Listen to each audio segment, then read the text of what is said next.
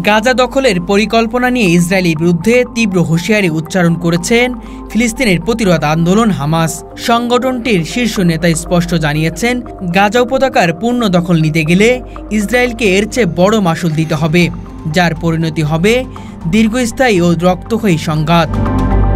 হামাসের সামরিক শাখা কাসসাম ব্রিগেড সতর্ক করে বলেছেন, গাজায় যে কোনো স্থল অভিযানের জবাব হবে তীব্র ও পরিকল্পিত আঘাতের মাধ্যমে, যা ইসরায়েলি সেনাদের জন্য মারাত্মক ক্ষয়ক্ষতির কারণ হবে। সাম্প্রতিক সময়ে ইসরায়েলি নেতৃত্ব ও সামরিক কর্মকর্তারা গাজার সম্পূর্ণ নিয়ন্ত্রণের পরিকল্পনার কথা উল্লেখ করায় উত্তেজনায় নতুন করে বেড়ে গেছে। হামাস বলেছে, গাজা কোনো খালি জমি নয়, বরং এটি দৃঢ় প্রতিরোধের দুর্গ, যেখানে প্রতিটি রাস্তাঘাট, ভবন ও টার্নেল প্রতিরোধ যোদ্ধাদের হাতে অস্ত্র হিসেবে ব্যবহৃত হতে পারে। এছাড়া তারা ইঙ্গিত দিয়েছে যে ইসরায়েলের যে কোনো আগ্রাসী পদক্ষেপের জবাবে পশ্চিম তীর, লেবানন সীমান্ত এবং এমনকি ইসরায়েলি অভ্যন্তরে থাকা ফিলিস্তিনি সম্প্রদায়ের মধ্যেও বিদ্রোহ ও সহিংসতা ছড়িয়ে পড়তে পারে।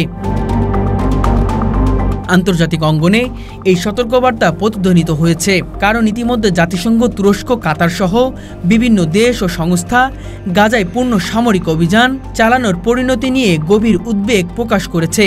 বিশ্লেষকরা মনে করছেন, ইসরায়েল যদি গাজা দখলের চূড়ান্ত সিদ্ধান্ত নেয়, তবে তা শুধু এক অঞ্চলের নয়, বরং সমগ্র মধ্যপ্রাচ্যের নিরাপত্তা পরিস্থিতিকে অনিশ্চিত করে তুলবে। হামাসের ভাষ্যমতে, গাজার মাটিতে প্রতিটি ইঞ্চি আমাদের প্রতিরোধের অংশ। এটি দখল মানে ইসরায়েল নিজেদের জন্য দীর্ঘস্থায়ী যুদ্ধের দরজা খুলে দিচ্ছে। এমন প্রেক্ষাপটে দুই পক্ষের মধ্যে উত্তেজনা আরও চরমে পৌঁছেছে এবং যে কোনো সময় পরিস্থিতি আরও বড় আকার ধারণ করতে পারে।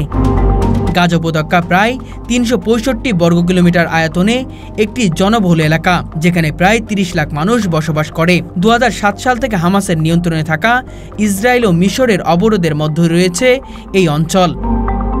জাতিসংঘ, ইউরোপীয় ইউনিয়ন, তুরস্ক, কাতার, মিশর সহ অনেক দেশ গাজায় সম্ভাব্য পূর্ণ সামরিক অভিযানের বিরুদ্ধে সতর্ক করেছে, কারণ এতে ব্যাপক বেসামরিক প্রাণহানি ও মানবিক বিপর্যয় ঘটতে পারে, যা আন্তর্জাতিক আইন ও যুদ্ধাপরাধের আলোচনায় স্থান পেতে পারে।